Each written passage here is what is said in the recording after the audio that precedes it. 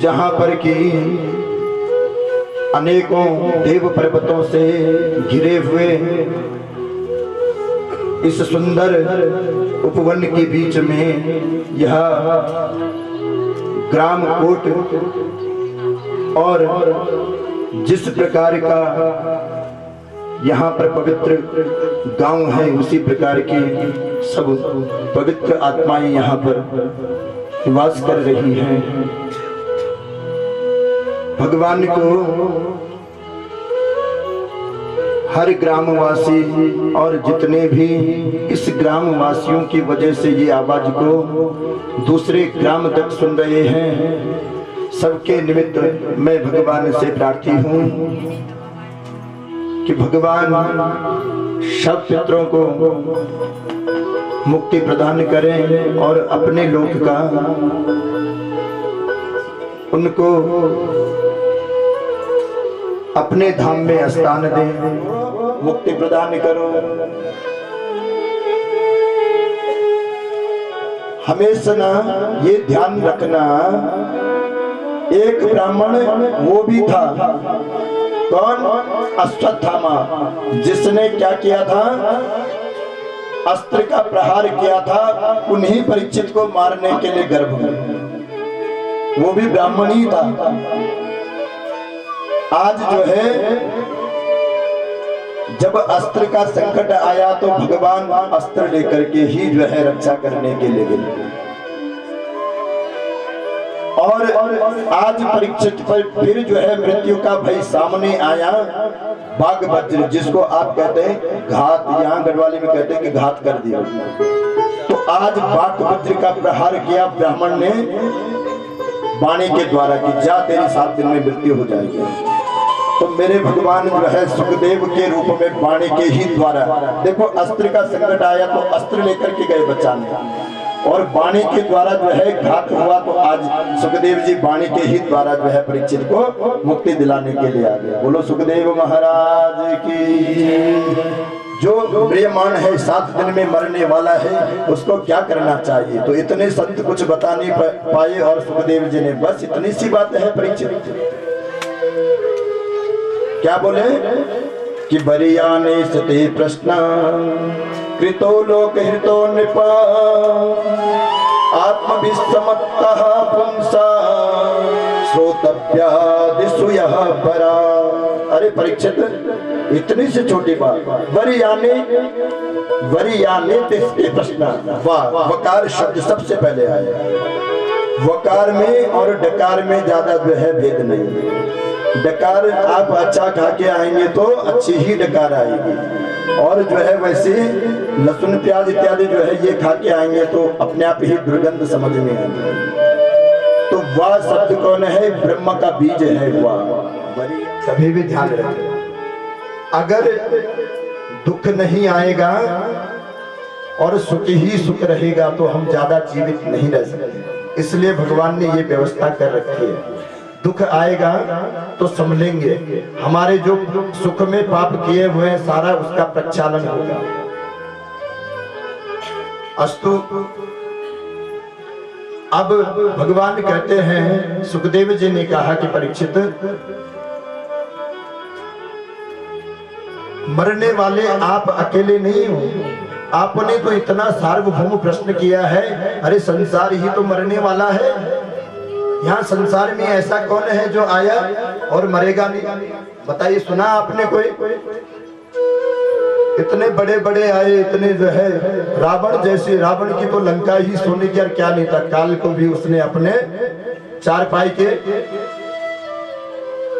जो चारपाई का जो एक कोना था, कोने में काल और यम को जो है बांधा हुआ था, वो क्यों मर गया भाई?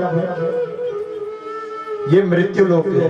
मृत्यु लोक में जो आएगा वो जाएगा ही जाएगा, बस ये अहम और अहंकार यही का धरा रह जाएगा। तो बोले परीक्षित जी, बोले तो भगवान हमें क्या करना चाहिए? आप ये बताइए कि भगवान की प्रीति अगर करनी हो तो ये मन जो है बहुत भटकता। अगर किसी ने कह दिया कि जाओ भैया पूजा करो, तो पूजा में डर के मारे चले भी जाते हैं और थोड़ा सा हाथ जोड़ भी देते हैं, लेकिन ये जो मनी राम है ना, मनी राम जो है धनी राम के चक्कर में चलता रहता है। मनी राम मतलब मन, और धनी राम हो गया धन। यहाँ बैठे हुए बस मन वहीं जा रखा है, अरे कहीं मेरा ये ना हो जाए, इतना पैसा आना था वो भी नहीं आया, कहीं ये ना डूब जाए।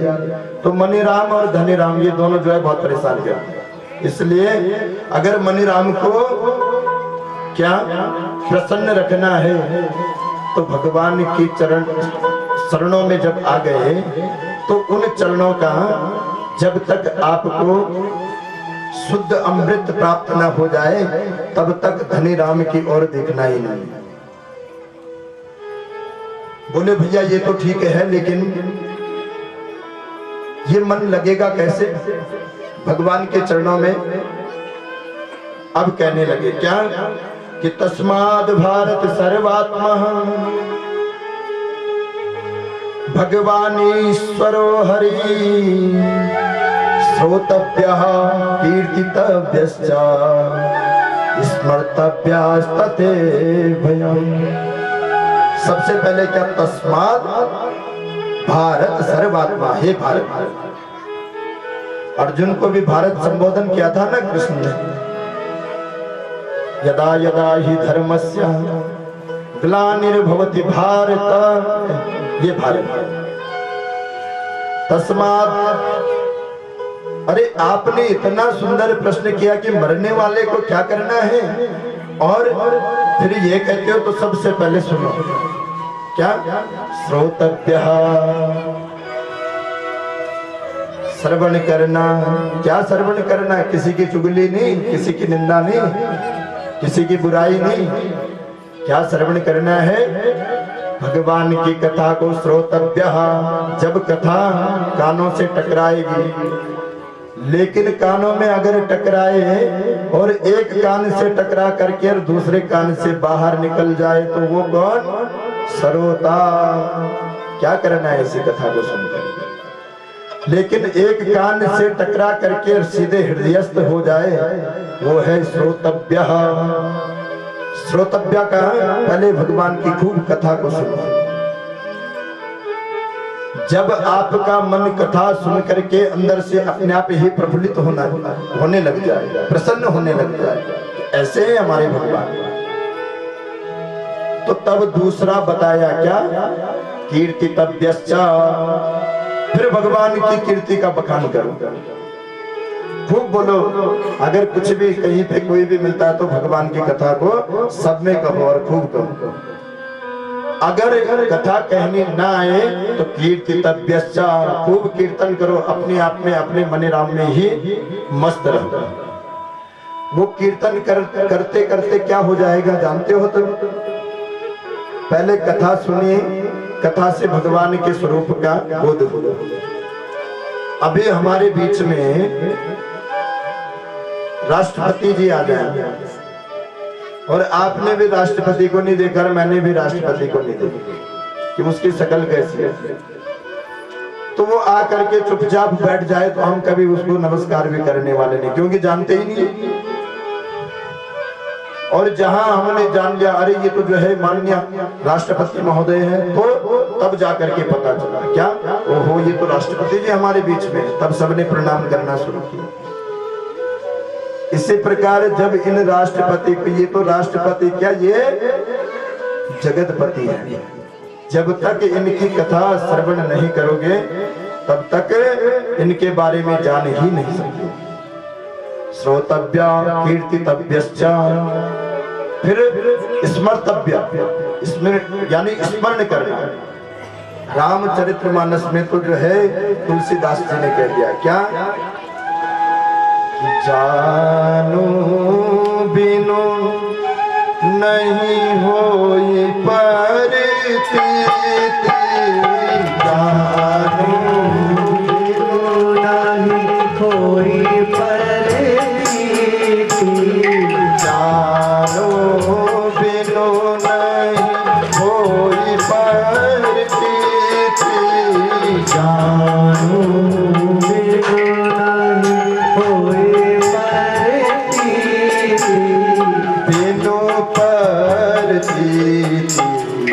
होई नहीं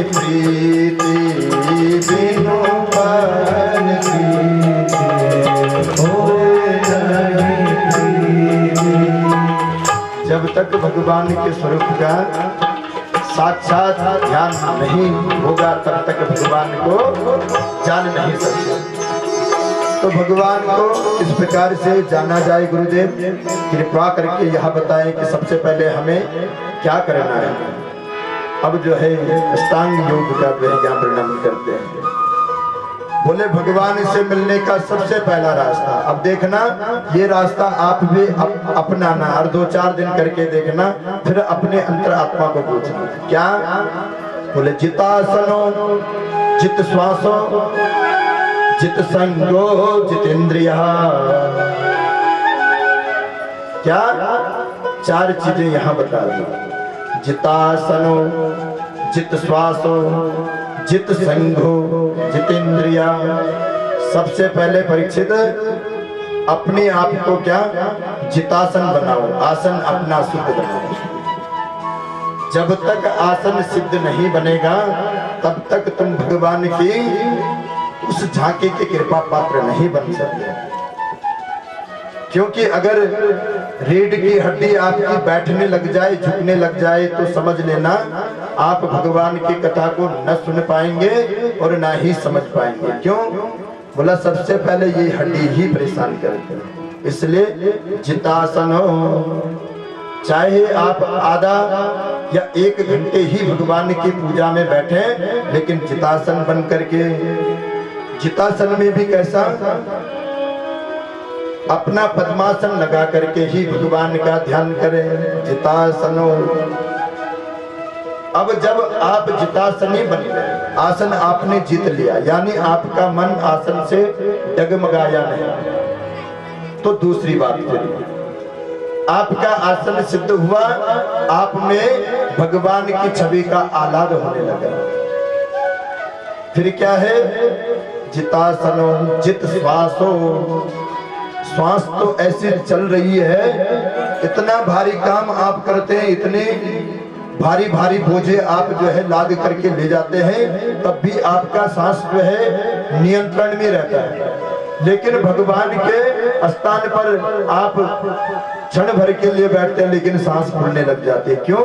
अभ्यास नहीं है, भगवान को स्मरण करने का अभ्यास नहीं किया, इसलिए आपको बेचैनी होती है वहां पर बैठ कर। इतना भारी काम सांसारिक आप कर देते हैं, लेकिन भगवान की कथा में 2 या 3 घंटे बैठने के लिए बस कभी जो है इधर मुड़े, कभी उधर मुड़े, कभी पैर यहाँ कर दिए, कभी वहां कर दिए, और ज्यादा ही जो है बीत गए तो व्यास जी की ही तरफ कर दिया, लो व्यास। ऐसा नहीं होना चाहिए। जितासनो जित श्वासो, श्वास पे नियंत्रण करके भगवान का, और फिर भगवान का ध्यान करो। फिर जित संगो, संग किसका? दुर्जन का संग न होना। संग करो जो भगवत रसिक हो, उसका संग करो। अच्छी संगति करने से रंगति भी अच्छी लग जाती है। जैसे पियो बल पानी, वैसे होगी वाणी, जैसी होगी बल संगत, वैसी आएगी रंगत। तो जैसा हम अपना आचार व्यवहार ये रखते हैं, उसी प्रकार के हमें हमारा शरीर उसी प्रकार से ढलने लग जाता है। तो जित श्वास हो, जित संग हो, संग अच्छे का करो, बुरे का कभी संग न करो। अगर बुरे का संग करना है तो अपने पवित्र संग से उस बुरे को भी अपनी संगति में खींचो। जैसे मधुमक्खी हर फूल पर बैठ करके सबका रस लेती है, लेकिन वो रस एकत्रित करके और शहद में परिवर्तित कर देती है, तो उसको अपनी ओर खींचो भाई, अच्छे मार्ग पे चल। जित संगो जितेंद्रिया, जो ये इंद्रियां है ना, इंद्रियां अपने अनुसार, जैसे मैंने कल भी बताया, हमारे अनुसार हमारी इंद्रियां चलती। ये हाथ है ना, ये हाथ जो मैं चाहूं ये हाथ वो करे। ऐसा ना हो कि ये हाथ जो चाहे वो मैं करूं। हाथ तो चाहता है कि किसी को भी थप्पड़ मार दो, लेकिन मन में नियंत्रण होना चाहिए। हाथ कुछ भी बुरे कर्म कर सकता है। हाथ तो कहता है कि भगवान की पूजा में जा ही मत, फूल मत तोड़, अरे क्या रखा हुआ है भगवान ने, तो मन ऐसे मान जाएगा। नहीं, जो ये करना चाहता है वो मत करो, जो हम चाहते हैं वो ये हाथ करे। ऐसा ना हो कि जो ये हाथ चाहे वैसा हम करें।